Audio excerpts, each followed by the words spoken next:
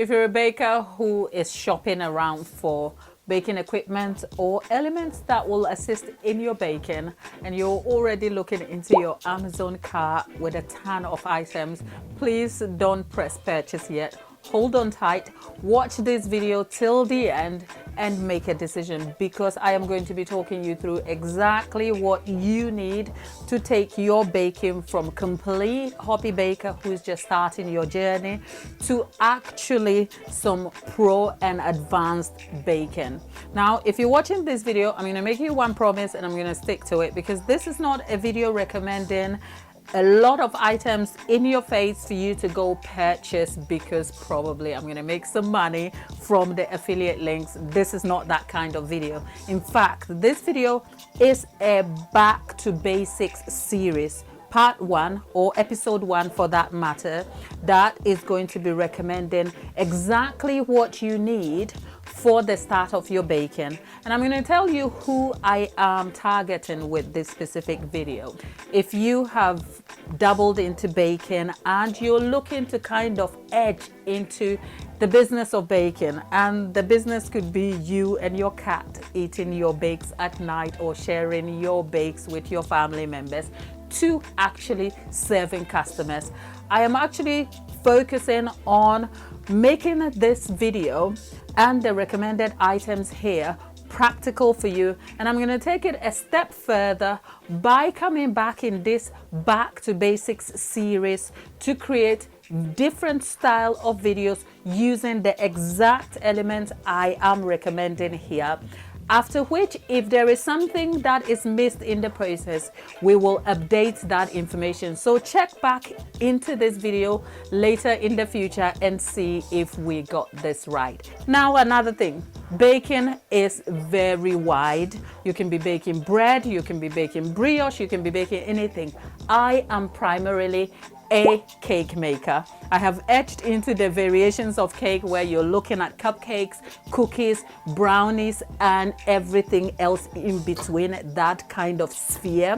So this is going to be recommending tools and equipment primarily for baking cakes. That is what we are going to be using this equipment for. So with all of that preamble out of the way, let's just get right into this video.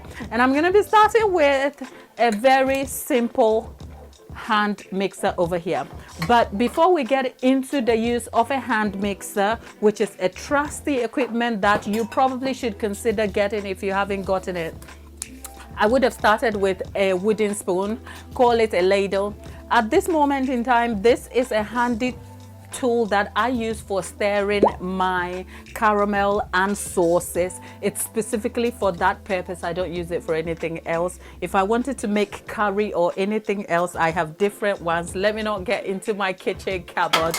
But did I tell you my kitchen is a small space? Well, it is a small space, which is why you don't have all the tools strewing across board. But stick with me. If you went edging into the idea of making a business or moving away from just regular everyday style video, this handy tool here or wooden spoon would make for creaming. You'd be surprised what it will do, and that is super traditional creaming. It will limit you greatly in terms of quantity, and you will need a bit of hand action. But you know what? I am only recommending it for the sake of the fact that it is important and it is useful. I promise I'll come back and use this as a tool for creaming our butter and sugar at some point, and we'll make a bake out of that.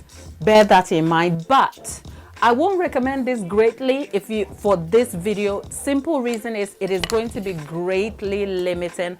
Plus, it's not going to be great for buttercream, especially if you're baking cakes or cupcakes. At some point, you're going to be making buttercream, and you need something that can do both. So for that, an upgrade from our wooden spoon will be a handy hand mixer. Now for the hand mixer, I would have recommended a particular brand, but I've moved on from using hand mixers. Believe me, I've been baking 10 years plus. So find a steady, reliable and durable brand And perhaps for a budget of no less than £30, but no more than £60 to £80 should be the range there. So you're looking at a lower price point to a mid-range, high-end. Anything over £100, and I'm in the UK, by the way, anything over £100, you might as well make the investment into a stand mixer. And for that, I am talking stand mixers. But of course, if you already have a hand mixer that you've used and you really want to upgrade, and the key word here is really want to upgrade, then look no further than this guy here. What's your pronoun, sir? Let's ignore that. A K-Mix will see you through so many things. And if you don't care for a K-Mix, you have the other brands you can choose from. And normally for stand mixers, it will come with some attachments. You have a paddle attachment. This is not the exact paddle attachment, ignore me. That's a paddle attachment, and it has also a dough hook. You'll find I don't use the dough hook at all. So your paddle attachment will be your K-beater for the Kenwood and a balloon whisk for that matter. I will tell you now, I have made an advanced video that is comprehensive, covering everything you need to know about a K-Mix. This video is not sponsored, so go check it out. You will see everything you need to know to make a decision on this mixer, and I'll link it up here for you. So from wooden spoon to hand mixer and stand mixer, we will come down to mixing bowls, because clearly you need something to make your cake batter in. But before you get to your mixing bowls would obviously be some measuring equipment or measuring gadgets. And over here, naturally, I have some spoons here and I have some cups here. But whilst these are very useful, my biggest recommendation will be a simple, handy scale here. A scale will see you through many consistent bakes. So make the investment. Now, I'm going to show you a bit of imperfection. This is my scale. As a baker who has made great looking cakes, amazing cakes, look at the state of my scale. I showed you this to say you don't need perfection to get the right things you need to do. All you need is a bit of will, determination, consistency, and sprinkle in a bit of imagination. Now I have the spoons and cups because some measurements will require tablespoonfuls, teaspoonfuls, and baking is precision cooking. So it probably comes in handy, right? Especially for my American audience who use cups. And in the measuring tools comes obviously mixing bowls. I have intentionally stacked a couple here up to about 6 or 7. I will go on a whim and make a recommendation that if you're starting, you probably need 6, which is from the extra large to medium to small, 2 of each. It should see you through. Do you need glasses? No, you don't need the Pyrex brand. In fact, what you probably need is plastic ones. And because I've gone pro, I need quite a lot of these, and there's only too much glass I can have. So go for some handy, affordable plastic ones. Please, for those of you who don't like plastic, don't come at me. I'm trying to help you achieve great results with baking, okay? And I am here for the affordable plastic bowls that will see you get great results. Get 2 of each from extra large to medium to small, and it should see you achieve some good results. Now, in tandem with your mixing bowl will come something as handy as a sieve, okay? The handle of my sieve is literally broken, and I don't make any apologies for it. Do I need to buy a good one to come show you how to do it? I have considered it. But over here, we keep it real, we keep it honest. And this is the one I got many years ago. In fact, I got 2 of those. I'm looking for the other one, and they are both broken. The handles are broken. They still work, okay? But on Amazon, you can make an investment in a sieve that doesn't look like this, and it should do the job. But with that also may come a whisk. A whisk like this, a handy, simple whisk. That's the job of mixing your ingredients together. Look, I have a selection of them. They don't all look the same. And look, these are broken too. My lovely, I am here to keep it real with you. How many do you need? Perhaps 2. of these in different sizes. A balloon one like this and a small one for small mixes. But if you get 2 of those, it makes for efficient working processes for you. So go for that. But after you've done all your ingredients and mixed it together, whether you're using a hand mixer or a stand mixer, you've got to put it somewhere, isn't it? And that comes in the handy cake pans. Okay, now the subject of cake pans is very, very wide and wide ranging, I should say. Okay, but here's a recommendation. If you're starting, there are baking brands that are specifically making baking pans for professional style baking. I can think of Silverwood on top of my head. Expensive. I have a 60-pound pan, 14-inch for £60, and that was on a discount sale. But when I use it, I know this is worth the price. Am I recommending that for you? No. Okay, PME is all you need, right? And for a beginner, you will land somewhere between, you need a 6-inch and an 8-inch, 2 of each. Here's a confession. In my entire baking career, 10 years and counting, I think it's the 5-inch that I have about 6 of those, because that is the bake that I do the more, and it's been my most purchasing size for customers. But otherwise, I only have 2 6-inch pans, I have 2 8-inch pans, and I have 2 7-inch pans. And in fact, I only have 1 10-inch pan. Any size in between, I hire. So consider hiring some specialty pans, but otherwise stick to maybe a double of 2 6-inch or 2 8-inch, because you can always split your batter. And I'll say the subject of the depth of the pan matters. That is a conversation that is ongoing. I started with baking deep, so these are the PME 4-inch deep pans for me. I have been converted to shallow baking in recent times, but the good thing about having the deep pans is that you can split your batter and then bake shallow if you care.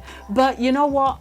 We're going to be trying all of these things I am on about, and then you'll get to see some of these recommendations right in action. Now, talking about baking pans, let's talk about the other baking pans, from band pans to loaf pans. You don't need all of them. If you're a complete beginner, do I recommend full-on baking pans? Not for these. I probably will recommend your band pans, because they yield you smaller, easier bakes, or loaf tins that are easy. Now, I know what you're thinking. You're probably thinking, well, I'm not going to be able to decorate pans and buns like I would want. I want to be a cake decorator. Look, before you decorate a cake, you have to master the art of baking a good cake. And for that, your loaf and your band pans will help you get some classic bakes in, so you can get to understand the science of baking, and then you can transfer those skills into pans that will eventually yield you better results. So you know what? I am encouraging you to not focus on what you don't have or cannot afford. Focus on the small things that you can and can control. And with that mindset, you'll find out that that will see you through many days of baking. The idea of baking pans also comes my very handy cupcake pans, because we are going to be baking some cupcakes. So a cupcake pan, this is a 12. It's been a long time since I woke up and baked 12 cupcakes, but with a hand mixer, a medium-sized bowl, and one of these, you certainly will get some great results. With the pan aspect gone, I'm going to come back to what you call a spatula. These are a selection of silicone spatulas over here. And honestly, in my baking career, I have only ever had up to about 3 spatulas at a time. But I picked these ones on Amazon for, I think, less than £15, less. You should find them in the description box. Maybe 2, 3 maximum, so you can switch from stirring to different things. It makes it efficient and ease of work. And from there comes a selection of these, which you call offset spatulas. And this is the part where I say decorating sort of lends to some decorating tools works with baking. Now, does offset spatulas work with baking over here? Not exactly, but I'm only mentioning it because they will come in handy as we edge into some tools that may have to pair for both baking and decorating. And for that, I am talking about a turntable, okay? A cake turntable over here. This is my solid cake turntable, which is a professional aluminum stand that does the work. But of course, if you cannot afford that, you can get a plastic one. And with turntables, which is generally for the decoration aspect, comes this friend over here. And with this friend comes what you call the rolling pin. Now, I know rolling pins may come in their wooden form. This is a specialty fondant rolling pin that I bought years and years ago, and it's worth the money for me. It's specifically for fondant, but you can use it for rolling anything in the kitchen. But of course, a wooden rolling pin will still do the job. So do not be discouraged if you cannot afford this particular rolling pin. Now, a few other items that I will throw in here that may not be a great necessity, but would probably come in handy would be a serrated knife. A serrated knife, this is the PME, I think 14-inch serrated knife that comes in super handy for me when I am torting cakes. You might want to consider getting one of these. But of course, if you have a sharp kitchen knife, that should work. If you're working with a kitchen knife, you are limited in how long the blade is. And when you're torting, say, a bigger cake that is longer or bigger than the blade you are using for your cake, you're going to encounter difficulties. So do consider that. And into the decorating aspect are fondant smoothers, okay? Fondant smoothers will come in handy for covering your cake, whether you're doing advanced decorating detail or you're just making small cupcake details. Fondant smoothers will come in handy. And another thing over here would be some cake cards and cake boards, okay? A selection of those depending on what the size of your pans are. But in place of a cake card or cake board will be a handy plate. A handy plate over here. You'll see how a handy plate comes in handy. Imagine baking a bundt cake, being able to flip it on a plate and serving it nicely. I am hoping we can achieve all those results when we undertake the simplistic bake. So if you haven't already considered subscribing, do consider subscribing to the channel. Stay with us, likes the video also. That will show a ton of engagement and support for me. And with that, I am finally going to throw in a few other things that are not normally discussed when you're talking baking and decorating. And for that, we have cling film, which would come useful for when you finish baking and you want to leave your cake on a countertop. You want to wrap that in cling film. You'll see me use that technique on this channel a lot of the time. We have non-stick baking paper, which comes in handy for baking liners if you make your own baking liners, and also using that for lining into your trays when you go to bake cookies, amongst other things. And for that, I think I am also going to be recommending a baking tray or a sheet like this, and also a rack. Now, are these necessary? Absolutes? No. I'm just adding them in here because they will come in convenient for when you undertake a bake and you flip your bake over, wrapping it in cling film after and leaving it on the countertop, or whether you decide to refrigerate your cakes for another day. So basically, I think that is everything I need to cover, at least for the baking of a cake or a brownie or a cookie or anything else in between, even for muffins. And talking about muffins, I already have a muffin recipe that is right up here for you to see. Go check it out, amazing recipe. And you can check the playlist too for the simple classic bakes Check the description box for more details and an organized selection of all of these recommendations, and I'll see you in my next video.